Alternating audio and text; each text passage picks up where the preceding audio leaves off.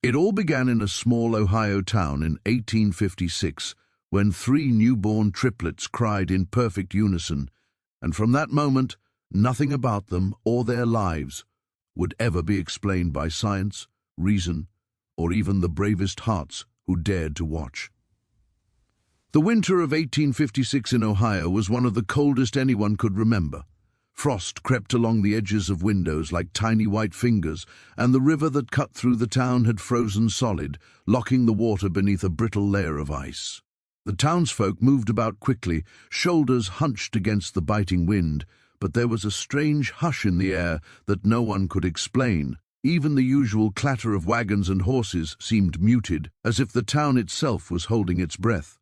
In the midst of this frozen silence, in a small, weather-worn home on the outskirts, a woman named Margaret prepared for the birth of her first children.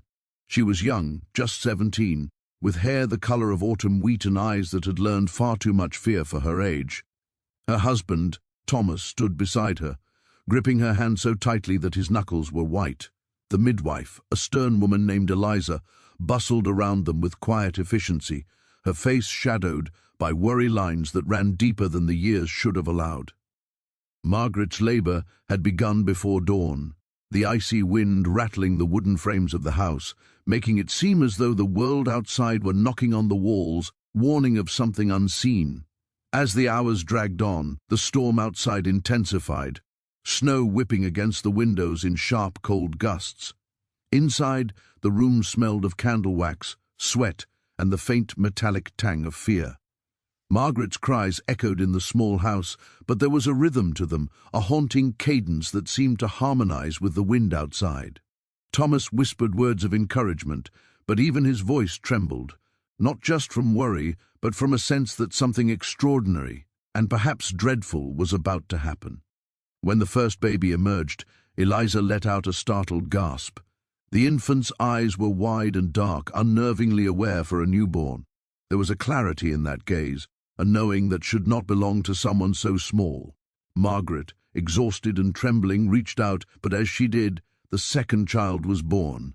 Before anyone could process it, a third followed, each of them crying almost simultaneously, their wails blending into a single, haunting melody that sent shivers down the spines of all who heard it.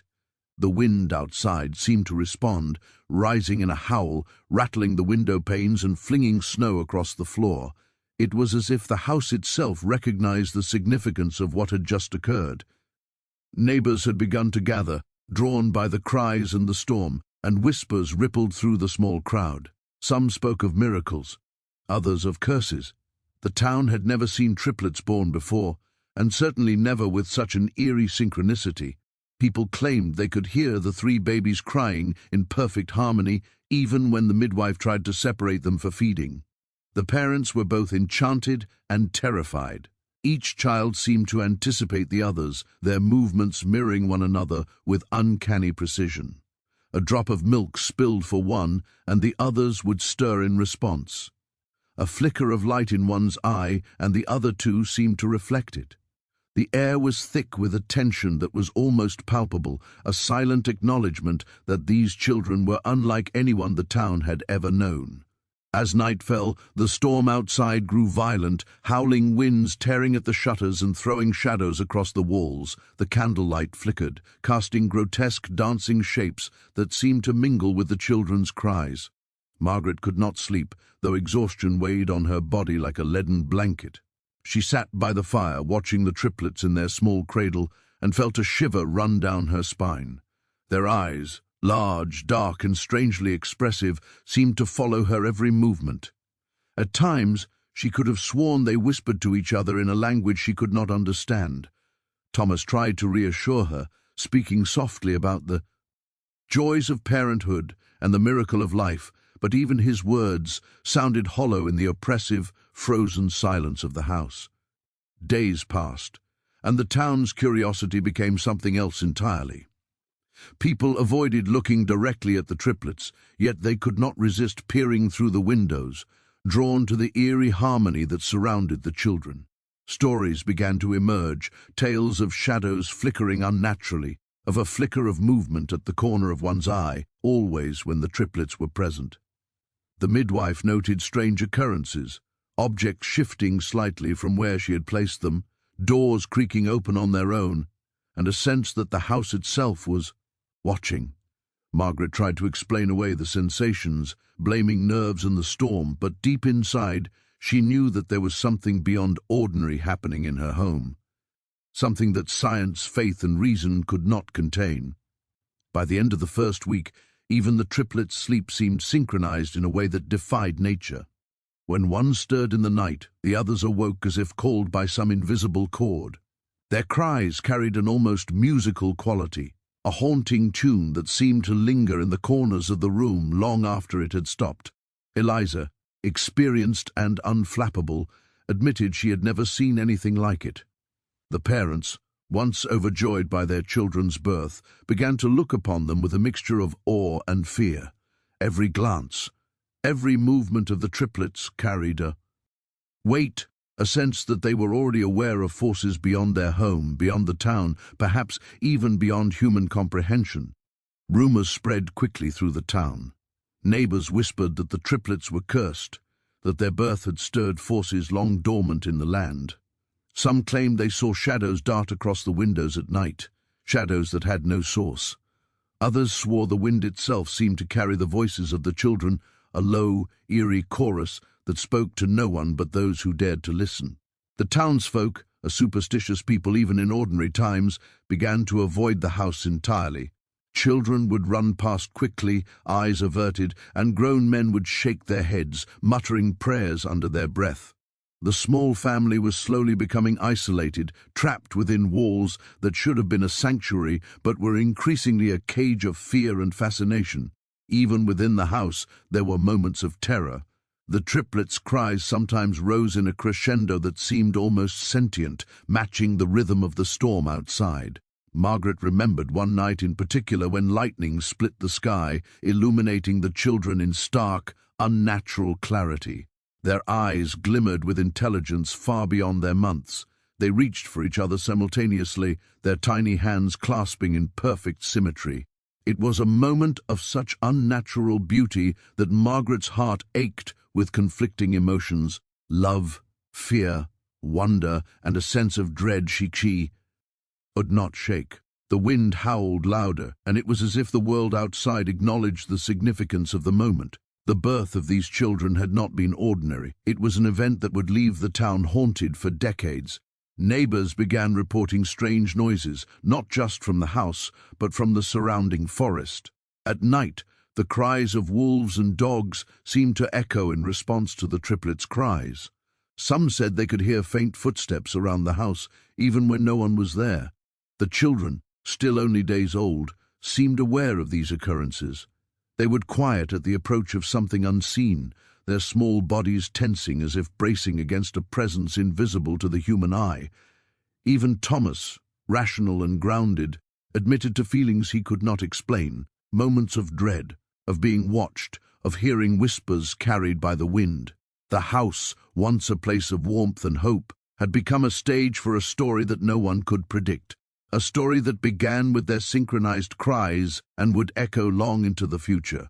As the weeks went on, Margaret and Thomas began to notice a pattern, something that chilled them to the bone. Whenever one of the triplets cried, the others responded instantly, even if separated by the room. If one was hungry, the others would exhibit the same restlessness, even before their bodies could physically demand nourishment. The parents tried to rationalize it, calling it instinct, coincidence, or some strange biology. Connection unique to multiples, but deep down, they knew this was something different, something far older, far stranger. It was as if the triplets were connected not just to each other, but to forces beyond understanding, an invisible thread binding them to a reality they alone could perceive.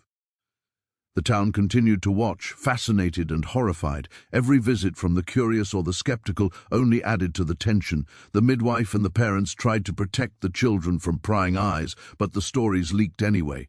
By the end of the first month, everyone in the town knew of the triplets. They spoke in hushed tones about their synchronized cries, their unusual eyes, and the strange occurrences that surrounded them.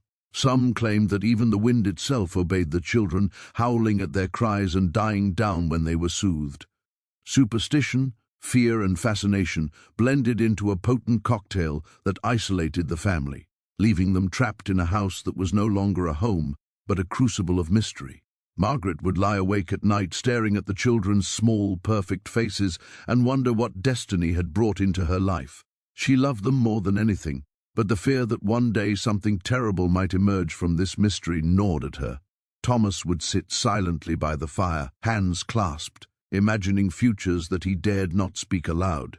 Even Eliza, hardened by decades of births and deaths, confessed that she felt the weight of something beyond human comprehension. These children were not simply born, they had arrived as a riddle, a phenomenon that defied explanation, and one that would haunt everyone who encountered them. By the time the first snowfall melted, the triplets had already changed the rhythm of the house. Their cries, their synchronized movements, the almost eerie intelligence in their eyes. It was all too much to ignore. And yet, the family could not help but marvel at them. Each moment with the children was infused with wonder and dread, as if they held the keys to some secret reality that humans were never meant to understand. The world outside might fear them, the town might whisper, but inside that small house, a story was unfolding, a story that began with a storm, a birth, and a harmony that no one could explain. The winter of 1856 had brought more than frost and snow. It had brought the triplets, and with them, a mystery that would linger long after the wind had ceased its howling and the snow had returned to earth. As the first weeks of their lives passed, it became painfully clear to Margaret and Thomas that their triplets were no ordinary children. The moments that once seemed like coincidence began to form a pattern so precise, so unnerving, that even the most rational mind could not ignore it. It started with the smallest details. A sneeze from one child was instantly mirrored by the others, as if a thread invisible to the human eye connected their bodies and souls. If one reached F, or a toy or a blanket, the others followed in perfect unison, even across the length of the room. At first, Margaret tried to dismiss it as something magical, something beautiful that siblings often shared. But the more she observed, the more it became undeniable. This was something far beyond the ordinary. The first truly disturbing moment occurred during a cold, grey morning when Thomas had stepped outside to fetch firewood. Margaret had put the triplets down for a nap, each in their own cradle. Moments later, she heard a cry, sharp and piercing, coming from the youngest child. But then, almost simultaneously, the other two began to wail, their tiny faces twisted in the same expression of discomfort. Margaret rushed to them, expecting some simple cause, a draught, hunger, or a wet diaper, but found nothing. Every cradle was exactly as she had left it. Confused and frightened, she looked from child to child, realizing with a shiver that whatever had triggered the cry in the first child had somehow reached the others instantly. It was impossible, yet undeniable. Doctors were called, men who had delivered children for decades, men who considered themselves authorities on the mysteries of birth and biology. They poked and prodded, checked vitals, tested reflexes, but found nothing wrong. Triplets sometimes share reflexes, one offered, but not to this degree. Another, a visiting physician from a neighboring town, suggested it might be a coincidence, a fluke. Yet Margaret and Thomas had witnessed it too many times to dismiss. Feeding times were a spectacle of eerie synchronization. When one child reached for the spoon, the other two mirrored the movement with the precision of a mirror image. Their laughter, their cries, their yawns, even their tiny gestures were matched in near-perfect harmony. It was as if they were connected to one another by some invisible force, a bond that defied every principle of nature. It wasn't just physical. Their awareness seemed uncanny.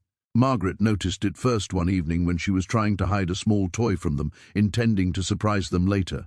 The moment she placed it behind her back, the youngest reached for it, and almost immediately the other two stared intently at the same hidden object, following its location with eyes wide and knowing. It was as if they could sense not just each other, but the intentions of the people around them. Thomas tried to laugh it off, suggesting that perhaps Margaret's eyes had betrayed her movements, but deep down he knew it was more. There was something in the eyes of the triplets that spoke of awareness far beyond their months of life, a knowing that unsettled even the calmest observers. The town, ever alert to unusual happenings, began to take notice. A neighbor reported that when he walked past the house, he could hear a strange rhythm in the cries of the children. It was almost musical, a harmony that rose and fell with the wind, mingling with the sounds of the tree and the frozen river. Others swore they had seen glimpses of movement in the window when the house was supposedly empty, shadows flitting across the walls. Superstition had always been a part of life in Ohio, but the whispers that now spread about the triplets bordered on hysteria. Some suggested that the children were cursed, others claimed that they were angels sent for a divine purpose. But the majority, unsettled and fearful, avoided the house entirely, afraid that lingering too long might invite some unknown danger. The first truly inexplicable event occurred one quiet night when the wind had died down and the snow lay undisturbed outside. Margaret was nursing the youngest child when she heard the distinct sound of something heavy moving across the wooden floor in the other room. Thomas was out tending to the fire, and the midwife had retired for the night. Her heart raced as she realized it was not just the normal creak of an old house. It was deliberate, measured, and accompanied by soft, almost inaudible giggles. She froze, listening intently, her mind racing. Then she noticed that all three children were awake, their small faces turned toward the sound, eyes wide, alert, unblinking. A chill ran down her spine. They were too young to walk, too young to understand the world around them, yet they reacted with awareness that no child should possess. Something was happening inside that house, something that science, logic, and reason could not touch. As days turned to weeks, these occurrences multiplied. The triplets' synchronized reactions grew more complex. A spill of water in one cradle would prompt the others to shift in identical movements, even though their own cups remained dry. A cough in one child would be mirrored by the others within seconds. But it wasn't mere imitation, it was an uncanny resonance, an echo of experience shared in ways that should have been impossible. Margaret and Thomas kept meticulous notes, hoping that someday a physician or scholar might understand. But every day only deepened the mystery. Their love for the children battled with an ever-growing fear. They were beautiful, innocent, and fragile. Yet there was a power in them that terrified the parents who had brought them into the world. Neighbors' fears escalated alongside the children's uncanny behavior. People began reporting that the snow in front of the house seemed disturbed even when no one had walked there. Shadows moved oddly near the windows, and faint sounds of laughter or crying carried into the night, though the house was dark and empty. Stories emerged of small animals refusing to enter the yard, of birds taking flight whenever the triplets were near. One farmer swore he saw three shadows moving in unison across the frozen field behind the house, even though no one was outside. The triplets were becoming more than children. They were an enigma that seemed to warp reality itself. Inside the house, life was a careful balance between awe and terror. Margaret often watched them quietly for hours, noting the way their tiny hands moved in perfect harmony, how their eyes followed her across the room, and how their tiny voices could fill the house with a strange resonance. Feeding times were carefully choreographed events, as if the children instinctively understood the importance of timing, of precision, of ritual. When one smiled, the other two followed instantly.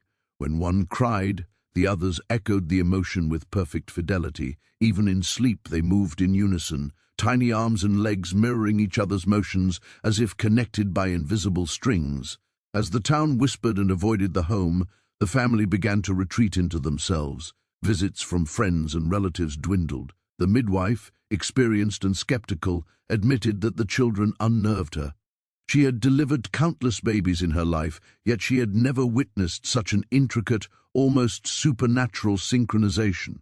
Thomas, usually calm and logical, found himself pacing the floor at night, listening to the wind, listening to the children's cries, and wondering what unseen force had brought them into the world.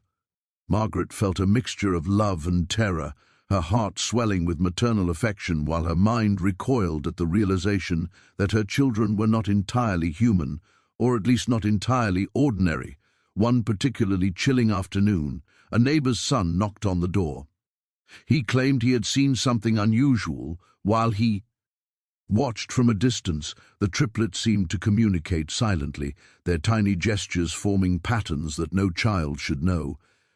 When he approached, they turned their eyes toward him, unblinking, and their synchronized movements froze, as if time itself had paused. He fled the yard, frightened beyond reason, and refused to return.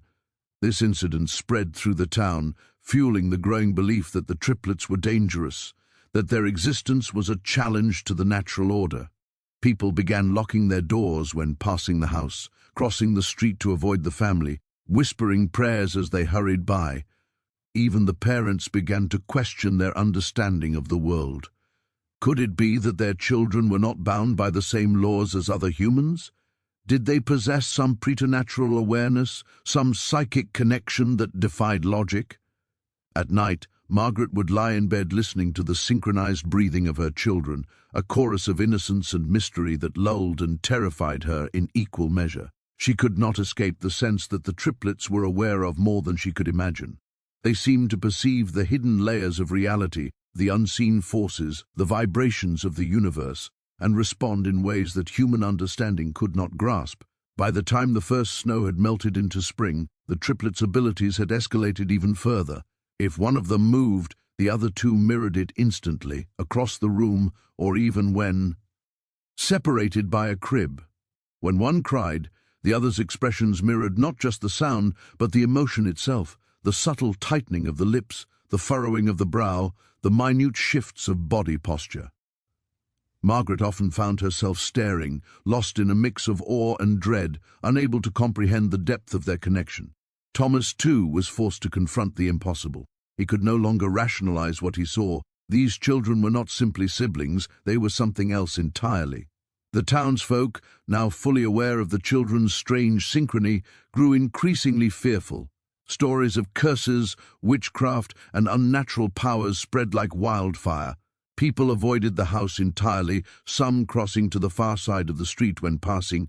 Even the bravest neighbors spoke in hushed tones about the inexplicable phenomena they had witnessed, doors opening and closing by themselves, shadows flitting across walls, sounds of laughter and cries when no one was inside.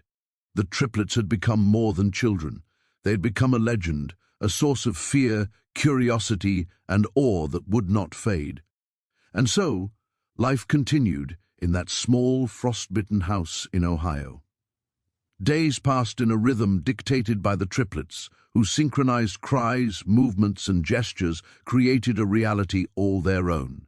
Margaret and Thomas loved their children with every fiber of their beings, yet they could not shake the creeping dread that accompanied each day. The triplets were a miracle, yes, utter terrifying one. They were proof that the world held mysteries that science could not explain, and that even in the most ordinary towns, the extraordinary could, and would, emerge in ways no one could anticipate. The winter had passed, but with spring's arrival came no relief from the tension that gripped the town. If anything, the mysterious presence of the triplets had only grown stronger. Margaret and Thomas watched with mounting unease as whispers spread like wildfire, poisoning the once quiet community. At first, the murmurs were subtle, exchanged in hushed tones in the town square or behind closed doors. But soon, suspicion blossomed into fear, and fear into hostility. Neighbors who once smiled and offered help now crossed the street when they saw the family, avoiding eye contact as though the very sight of the triplets could infect them with some unseen malady. Even children, who normally ran about carefree, recoiled when passing the house, their games interrupted by the synchronized cries that often floated through the walls. It began subtly at first. A man who owned the local blacksmith shop claimed that when he walked past the house, his horses grew skittish, pulling at the reins with no provocation. Another neighbor swore that their dog refused to approach the yard, standing shivering on the road and whimpering, ears flattened. The townsfolk were quick to interpret these occurrences as proof that the children were unnatural, that the very essence of the triplets disturbed the world around them. Superstition, already a persistent force in the town, took hold, and ordinary acts of coincidence were twisted into evidence of a curse. Margaret could feel the walls of their lives closing in, yet she clung to the belief that her children were innocent, that the world outside was simply too blind to understand. Rumors escalated faster than anyone could contain. Parents warned other families to keep their children away, claiming that the triplets' synchronized cries could steal the soul or call forth misfortune. Mothers whispered about strange shadows in the windows at night, while fathers, anxious and skeptical, still refused to step too close for fear that they might inadvertently draw the wrath of something they could not comprehend. Even the midwife, seasoned and pragmatic, admitted to feeling uneasy, to seeing things she could not explain. She caught herself double-checking locks and windows, feeling a chill whenever she left the children's room. Though she tried to rationalize the fear, telling herself that it was old wood groaning, wind rattling the shutters, she could not shake the sense that the house itself had changed since the birth of the triplets, that it had become alive in a way no human mind could understand. One afternoon, a neighbor's son approached the house with a ball, innocently hoping to retrieve it after it had rolled near the fence. When he reached the yard, the triplets were in the garden, sitting in their play area. Margaret watched silently from the window as all three simultaneously turned their heads toward him, eyes dark and knowing, expressions mirroring one another perfectly. The boy froze. It was as if the children had anticipated his every movement, as though some unseen force had warned them of his approach. His courage failed him, and he ran screaming from the yard. Within hours, the story had spread throughout the town, adding to the growing panic and distrust. As the town's fear intensified, so did its cruelty. Windows were shuttered when the family walked past. Groups of children would taunt them from a safe distance, throwing stones and laughing, daring them to retaliate. The parents' hearts ached as they watched, powerless to shield their children from the growing hostility. Thomas attempted to reason with neighbors, to remind them that these were innocent children, that their strange behavior was a miracle rather than a curse, but his words fell on deaf ears. Reason had no place in a community consumed by fear. The once welcoming streets of their neighborhood had become a gauntlet, every glance, every whisper, every sideway glance carrying suspicion, judgment, and hatred. One evening, as Margaret rocked the youngest child to sleep, she overheard voices outside. Men were discussing remedying the situation, speaking in low tones about ways to contain the triplets' influence, though none dared approach the house directly. It was during that moment that Margaret realized the depth of the threat. The town no longer saw her children as human beings. They had become symbols of something unnatural, something to be eradicated or avoided at all costs. Panic and superstition had turned her neighbors into something she barely recognized. She wept quietly in the candlelight, clutching her children close, vowing silently that she would protect them from whatever the outside world might bring. The triplets themselves seemed to sense the shift in energy around them. Though still infants, they displayed moments of uncanny awareness. If someone approached the house with ill intent, the children would grow restless, crying in unison with a force that shook the walls. Their movements became more deliberate. Their gestures, perfectly synchronized, seemed to communicate some silent understanding among themselves. Margaret noticed it first when one child reached out for a toy and the other two mirrored the action with exact precision, but with an intensity that suggested awareness, strategy, even warning. It was as if they could feel the malice of the world beyond the house and respond with preternatural foresight. Fear in the town reached a boiling point when the crops of a neighboring farm failed inexplicably. Superstitious minds immediately connected the event to the triplets, aiming their presence had brought misfortune. One group of men, emboldened by collective fear, walked past the house late at night, tossing rocks and shouting insults. Inside, Margaret and Thomas trembled as they watched the children's reaction. All three simultaneously sat upright in their cradles, their cries piercing the night, rising above the storm and the shouts. The synchronized intensity of their cries unsettled the men so deeply that they fled, convinced that some unnatural force had risen to protect the children. By the following morning, the story of that night had spread through the town, adding layers of awe and terror to the already growing legend. As the town turned more hostile, the family's isolation grew nearly complete. Merchants refused to sell goods to them, neighbors avoided their presence, and visitors, even those initially curious, quickly departed, frightened by the unexplained phenomena surrounding the children. Every creak of the floorboards, every whisper of the wind, every tiny synchronized movement of the triplets seemed to confirm the townsfolk's worst fears. Margaret and Thomas became prisoners of their own home, trapped by love for their children and by the judgment of a society that had abandoned reason in favor of superstition. The house, once a haven, had transformed into a fortress, its walls a barrier against the fear and malice of the world outside. The psychological toll on the parents was immense. Margaret often woke at night, heart racing, convinced she could hear footsteps circling the house or faint whispers just beyond the door. Thomas became withdrawn, spending hours staring into the fire, imagining the many ways in which the town might attempt to harm their children. They lived in a constant state of tension, love entwined with dread, knowing that the very lives of their children hung in balance, threatened by fear, ignorance, and the inexplicable power that the triplets seemed to command without realizing it. The triplets themselves, even in this hostile environment, remained unnervingly calm. They learned to anticipate threats with uncanny precision, their synchronized movements and cries becoming tools of both defense and communication. Margaret noticed it one night when a group of children approached the house under the cover of darkness. All three infants awoke simultaneously, eyes locking onto the intruders, and began crying in a pattern so rhythmically precise that it echoed through the streets like a warning bell. The children froze and then retreated, terrified of the intensity of the triplets' coordinated reaction. Margaret, watching from the window, felt a mixture of pride and fear. Pride for the protection her children commanded, fear for the power they seemed to wield without fully understanding. The fear extended beyond the town to the surrounding countryside.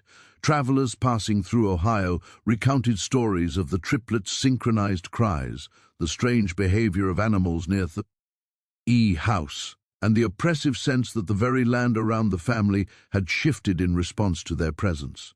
Superstition, once a background element of daily life, became a dominant force, and no rational explanation could counteract it. The family, isolated and surrounded by fear, grew increasingly dependent on one another. Margaret and Thomas clung to the triplets for solace, finding in their synchronized movements and innocent faces the only semblance of normalcy in a world that had turned against them. By midsummer, the town had fully turned. The triplets had become more than children. They were an enigma, a symbol of fear, a force beyond human comprehension. Their synchronized behavior, once seen as miraculous, was now considered a curse. Margaret and Thomas understood that they could not rely on the town for protection or understanding. They lived in a constant state of vigilance, watching for threats, both real and imagined, while struggling to nurture the extraordinary gifts of their children. Each day became a careful balance of love, caution, and hope, a fragile dance on the edge of a world that refused to understand the miraculous and the unnatural entwined in their home. Spring faded into summer, and the oppressive weight of the town's fear pressed ever harder upon the small house at the edge of Ohio. Margaret and Thomas lived in a state of constant vigilance, hearts beating in unison with the rhythm of their children's synchronized cries. Each day was a delicate balance, feeding the triplets, tending to their needs, and shielding them from the growing hostility outside. But no matter how careful they were, the darkness of the town's suspicion seemed to seep in, curling around their home like a creeping fog. One evening, as the sun dipped behind the horizon and the sky turned a bruised shade of violet, a silence fell over the house that was different from any they had known. It was the kind of silence that makes a person feel as if the walls are holding their breath. Margaret noticed it first, the absence of the usual hum of the children's soft coos and tiny movements. She rushed to their cradles, heart pounding with dread, only to find them gone. At first disbelief froze her in place. "Thomas?" she whispered, voice barely audible, trembling as the words left her lips.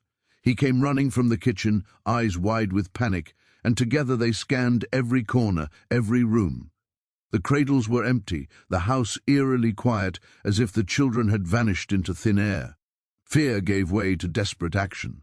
Margaret's hands shook as she lit every lamp in the house, casting long shadows across the walls. Thomas banged on doors, checked the cupboards, and even searched the attic, calling out the names of their children in frantic, ragged tones. Every step, every corner revealed only emptiness. The wind howled outside, carrying with it the faint echoes of what might have been a giggle, or perhaps the rustling of leaves, but no trace of... The triplets remained. Margaret sank to the floor, tears streaming down her face, the candlelight flickering across her anguished features. She could barely breathe, unable to comprehend how three tiny, fragile beings could simply vanish from the world she had tried so hard to protect them from. Word of the disappearance spread through the town like wildfire. Some whispered that the triplets had been taken by spirits, others that they had been spirited away by forces too powerful for mortal comprehension. Fear and curiosity collided in the minds of the townsfolk. A group of searchers was formed, men and women venturing into the surrounding forests, across frozen streams and along the riverbanks, desperate to find any sign of the missing children. Days turned into nights, and still no trace emerged. Footprints were found, yes, 3 small intertwined impressions in the snow, but they led only into the dense woods, vanishing where no path existed. The townspeople shook their heads, some whispering prayers, others muttering that perhaps the children were never meant to be found. The parents, meanwhile, were trapped in a waking nightmare. Margaret clung to Thomas, trembling as she described dreams she had the night before the disappearance, dreams of shadows moving in unison, of tiny hands reaching through darkness, of whispers she could not understand. Thomas, who had always been grounded and rational, admitted that even he could no longer tell reality from nightmare. He wandered the rooms, calling out their names, listening for a response, for even the faintest sign of life. The house that had once been alive with the synchronized rhythm of the triplets now felt hollow and haunted, each empty cradle a reminder of what had been lost. Even the townspeople, once hostile, began to question what had happened. Some felt guilt, others feared that the disappearance was a punishment for their mistrust. The forest became a place of superstition, with mothers warning their children never to enter its shadowed depths. Travelers passing through Ohio claimed to hear the faint cries of children carried on the wind, and some swore they saw 3 small silhouettes dancing between the trees, always in perfect unison. The legend of the triplets began to grow, entwined with sorrow, fear, and the unanswerable questions that haunted everyone who had known them.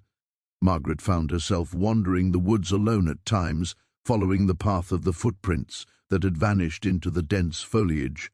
She would walk for hours, calling their names into the wind, hoping against hope that some thread of recognition would reach her. Birds would scatter at her approach, and the shadows seemed deeper here, more alive, almost as if the forest itself were hiding something.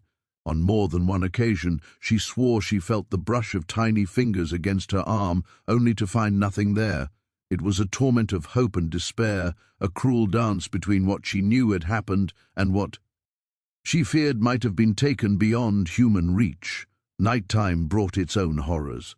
Margaret and Thomas often lay awake, listening to the wind moan through the shutters, interpreting every rustle, every distant sound as a signal of the triplets' presence, or perhaps their return. Dreams haunted them relentlessly. Margaret would awaken to find herself holding empty blankets. Thomas would wake in terror, convinced he heard the laughter of the children echoing in the hall. It was as if the triplets' disappearance had left a lingering presence, a resonance in the world that defied logic and explanation. Even the midwife, who had cared for countless children in her long career, admitted that she could feel something lingering in the house, a weight she could not name. As days stretched into weeks, letters were found that Margaret had penned but never sent, detailing visions she could not explain. She wrote of the triplets speaking in dreams, their tiny voices rising together, warning her of dangers she could not see, guiding her toward paths she could not comprehend. Thomas kept his own journals, sketches of footprints, of movements in the forest, of the places where shadows seemed alive. Together, their records became a testament to the unexplained, a desperate attempt to capture the truth of what had occurred, though even their careful notes could not fully convey the terror and awe they felt. Some townspeople claimed that on certain nights, if one approached the old house, quietly, one could hear the faint rhythmic sound of synchronized breathing, as though the triplets were present somewhere, watching, waiting. Others swore they had glimpsed three shadows flitting past windows, disappearing before anyone could get close. The legend grew with every retelling, each story adding layers of mystery and dread. Margaret and Thomas became figures of both sympathy and fear, parents whose children had vanished into the unknown, leaving questions that would never be answered and a sorrow that could never be healed. Even nature seemed to mourn the loss. The river, once lively with the melt of snow, seemed quieter, slower, carrying with it an eerie stillness that mirrored the emptiness of the family's home. Animals, normally curious or playful, avoided the yard entirely. Birds perched silently in the trees, their eyes following the house as if aware of the absence it now contained. On clear nights, the wind would carry sounds that resembled the children's synchronized cries, though any who ventured close would find nothing. It was a cruel echo of the life that had once filled the home, a reminder of what had been lost and what remained beyond human comprehension. Margaret's despair was profound, yet she refused to let it consume her entirely. She spent hours in meditation, hoping to reach the triplets through dreams or visions, listening to the echoes in the forest, watching for signs in the wind. Thomas assisted when he could, though he too was haunted by what he had seen. Their love for their children was a constant burning in both of them, even as the world questioned the boundaries of reality and the very nature of existence. The triplets were gone, but they had left behind an imprint so deep that it would shape the lives of everyone who had witnessed their extraordinary presence. As the months passed, the forest around the house took on an almost sacred aura. Travelers and townsfolk alike avoided it, leaving wildflowers and simple tokens along the path in memory of the vanished children. Margaret and Thomas continued to visit daily, retracing the footprints, following the patterns in the undergrowth, hoping for a sign, a glimmer, a trace of the triplets' presence. The trees themselves seemed to whisper their names, leaves rustling in a cadence that mirrored the synchronized cries that had once filled their home. It was a cruel, haunting beauty, a reminder that the children were no longer in the world of men, yet had left a permanent mark upon it. Even the midwife, Eliza, spoke of the house in hushed tones, warning new families against venturing too close. "There are forces you cannot see," she would say, "and children who do not belong to this world anymore." The words spread, adding another layer to the legend, cementing the triplets' story in the consciousness of the town as one of sorrow, fear, and the inexplicable. Scholars, travelers, and curious souls would sometimes visit the site, but none could explain the events, the synchronized phenomena, or the sudden disappearance. The family's grief became entwined with a mystery that no human understanding could penetrate. And yet, in quiet moments, Margaret sometimes swore she could see them. Three small figures moving in unison along the edge of the woods, their eyes gleaming with the same uncanny intelligence she had known in the nursery. Sometimes she imagined hearing their tiny voices, warning her of dangers unseen, guiding her through dreams, and communicating in ways that no one else could perceive. The parents were left with a paradoxical mixture of hope and despair. The children were gone, yet somehow present, invisible, yet impossible to forget. Their lives had become a living question mark, a tragedy wrapped in wonder, a story that defied logic and reason. Even years later, travelers would speak of glimpsing three small shadows in the forest at dusk, always moving in perfect harmony, never straying from one another. Margaret and Thomas, though older, continued to wander the paths near the old house, listening to the whispers of the wind and the echoes of the children's laughter and cries. Their sorrow never fully left them, but neither did their awe. The triplets had been extraordinary, and their disappearance left questions that would haunt every observer for generations. What had taken them? Where had they gone? Were they still alive? existing somewhere in a parallel reality, or had they been claimed by some force beyond human comprehension? No one knew, and no one would ever know. The mystery endured, timeless and impenetrable, leaving behind a trail of grief, wonder, and the faint, unforgettable echo of synchronized cries in the hearts of all who remembered them. Years passed, yet the house at the edge of Ohio remained frozen in time, a silent witness to events that no one could explain and no one dared forget.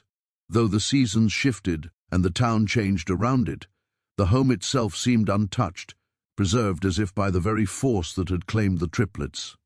Windows remained shuttered, the wooden walls weathered but steadfast, and the garden where the children had once played grew wild and untamed, a tangled testament to the years of absence and grief.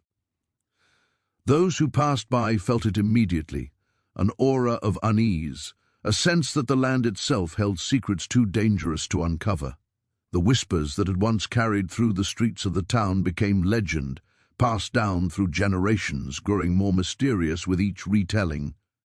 Margaret and Thomas, now older, never ceased their search for understanding, though the world insisted it had moved on. Their lives were forever shadowed by the loss of their children, whose disappearance had left an indelible mark on the town, on nature, and on their very souls.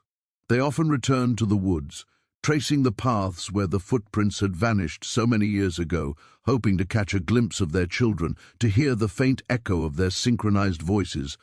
Sometimes, in the quiet hours just before dawn, they could swear they felt the brush of tiny fingers against their own, as though the triplets were still nearby, aware of their parents' presence, guiding them in ways invisible to everyone else.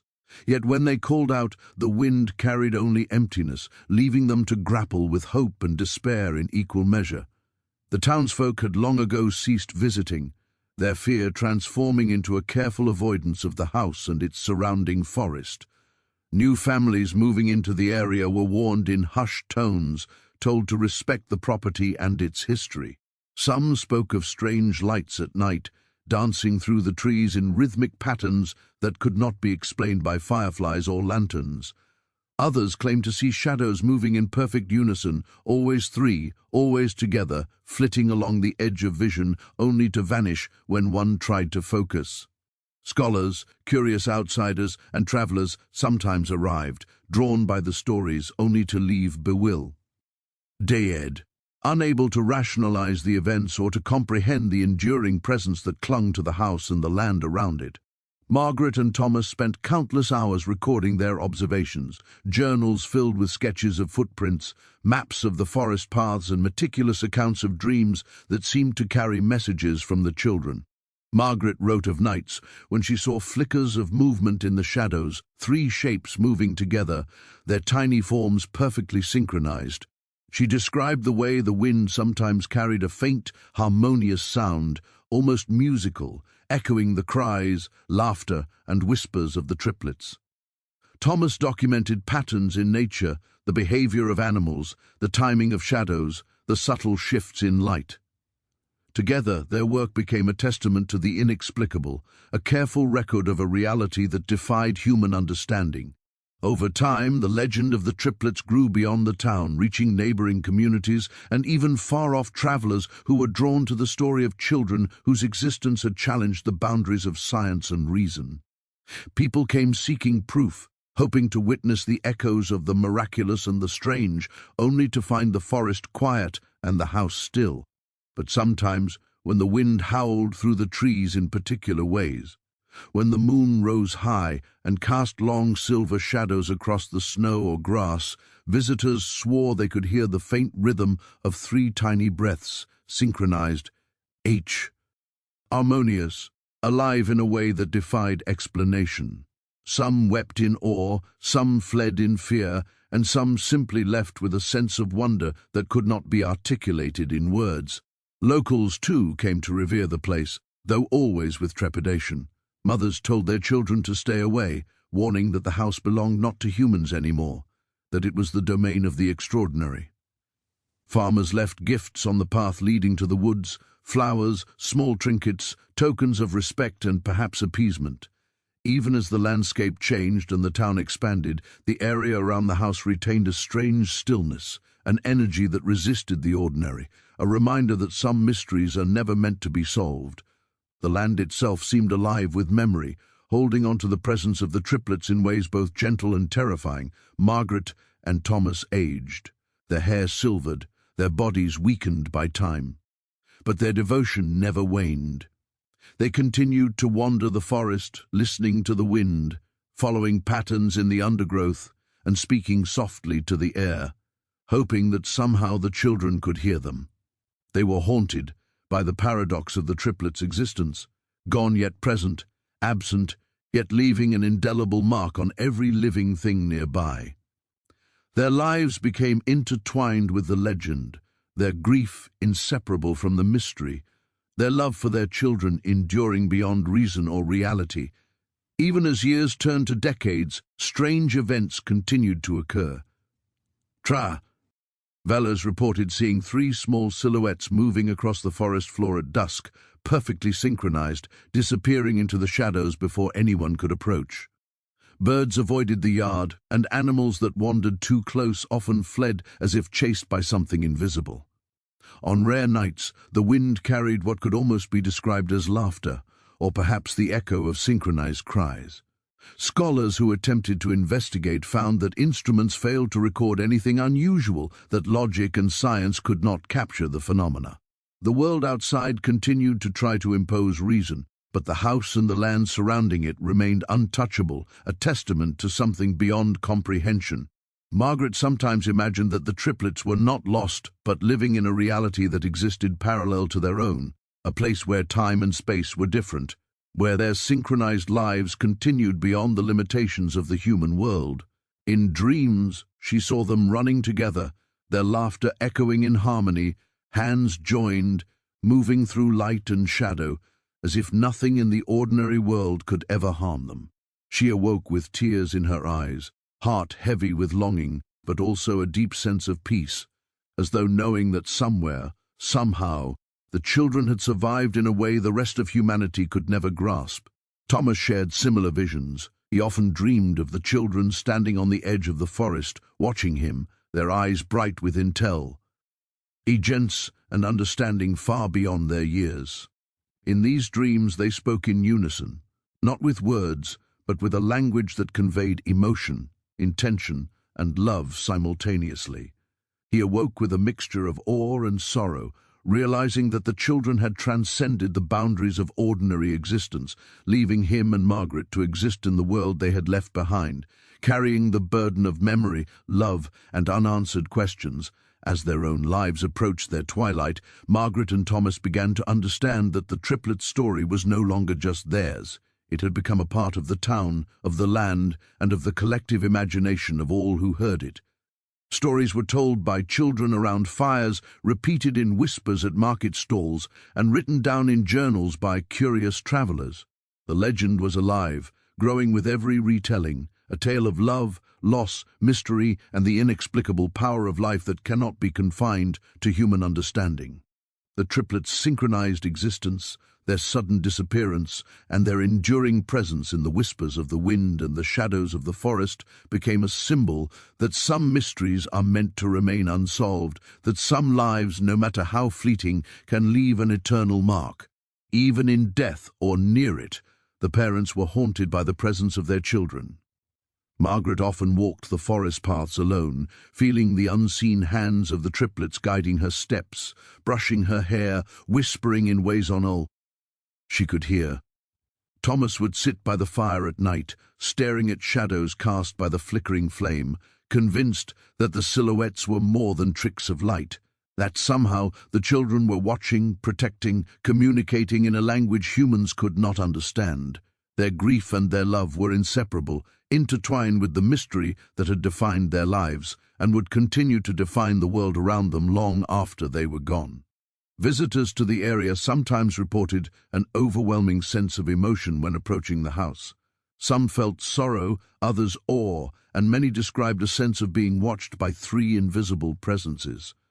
The land itself seemed to resonate with the memory of the triplets, the echoes of synchronized cries, laughter and movement carrying across time and space. Even those who did not know the story could feel the weight of something extraordinary, something beyond human understanding. It was a haunting reminder that the world holds mysteries that cannot be explained, that some lives leave traces far larger than their physical presence. The house eventually became a destination for the curious, the brave, and the skeptical. People came hoping to glimpse evidence of the children, to witness the unexplainable, to touch the remnants of a legend. Few were successful. Some heard whispers carried on the wind, some glimpsed shadows moving in perfect harmony, and others swore they saw 3 tiny forms running across the forest floor, before disappearing into the darkness. Each person left with a story, a question, or a lingering sense of wonder and fear. The triplets' legacy had become eternal, a blend of sorrow and marvel, a tale that refused to fade. In the end, the house, the forest, and the land around it became a monument to mystery itself. Margaret and Thomas passed with the memory of their children etched into every heartbeat, every thought, and every shadow of their lives. The town, though transformed, carried the story forward. Generations whispering of the triplets who defied science, disappeared without trace, and left a legacy of fear, wonder, and the haunting question of what it truly means to exist. Travelers, scholars, and storytellers alike left the area forever changed, carrying with them the truth that some mysteries are not meant to be solved, that some lives are extraordinary beyond measure, and that the echo of the triplets' synchronized presence would linger forever in the hearts of those willing to see and feel the impossible. Even now, if one stands on the edge of that forest at twilight, when the wind is just right and the shadows stretch long across the ground, one might hear it, a faint harmonious echo, like the laughter and cries of 3 small children moving in perfect unison. Whether real or imagined, it serves as a reminder that some stories are eternal, that some mysteries are timeless, and that love and wonder can persist even in the face of loss beyond comprehension. The triplet story was not just a tale of disappearance, it was a testament to the inexplicable, the unexplainable, and the enduring power of life, even when life itself seems to have vanished.